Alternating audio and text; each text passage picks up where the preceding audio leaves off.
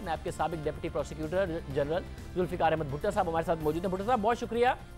भुट्टो साहब क्या रिमांड आमतौर पर नैब ऐसे ही लेता है और फिर रिमांड लेकर मुलजिम कह रहा है कि मुझसे तो तहकीकात ही नहीं हो रही, उससे पहले सवाल जवाब के लिए बुलाया जाता था, रिमांड में तो 5 मिनट की तफ्तीश नहीं करते, साथ में नैब क्या इस किस्म की वजूहत देता है कि कुछ लोग गिरफ्तार होंगे, फिर गिरफ्तार होंगे तो उनका रिमांड लेंगे, फिर जो वो बात करेंगे उस पर मिफ्ता इस्माइल को कन्फ्रंट करेंगे, इसलिए एक और रिमांड दे दें, ऐसे ही होता है?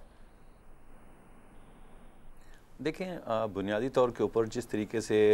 मौजूदा हालात में गिरफ्तारियाँ हो रही हैं, ये जो नैब जो लॉ है और जो इनके नॉर्म्स हैं उसी के ख़िलाफ़ ये चीज़ हो रही है। आप ये देखें कि जो सेक्शन जो इसका आर्टिकल 24 है नैब ऑर्डिनेंस का, उसको अगर आप पढ़ें, ख़ास तौर पे सी जो है 24C, तो उससे ये बात बड़ी वाज़ेह हो जाती है कि ये ज़रूरी नहीं कि ड्यूरिंग इन्वेस्टिगेशन और इंक्वायरी किसी शख्स को गिरफ़्तार किया जा सके, क्योंकि उसमें ये लिखा हुआ है कि अगर चेयरमैन नैब चाहें तो during pendency of case reference जो है, इवन अगर वो कोर्ट के आगे भी प्लेस हुआ हो, तो उस दौरान में भी वारंट ऑफ अरेस्ट इशू कर सकते हैं। मीनिंग देयर बाय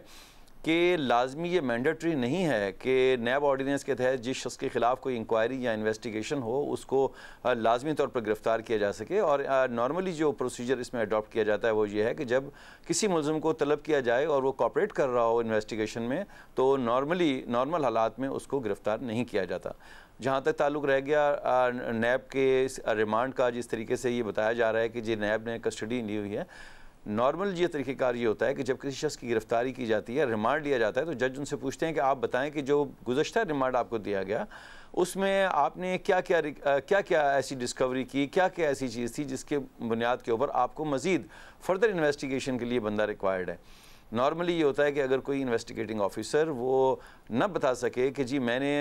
जो रिमांड दिया गया था उसको किस अंदाज में पॉजिटिवली इस्तेमाल किया या कोई एविडेंस आई, तो नॉर्मली जज जो है उनका डिस्क्रिशन होता है कि वो रिफ्यूज़ कर देते हैं और उसको जुडिशल रिमांड के ऊपर, जैसे कि पाकिस्तान पेनल कोड में 344 जैसे होता है, उसके तहत वो उसको जुडिशल रिमांड कर देते हैं।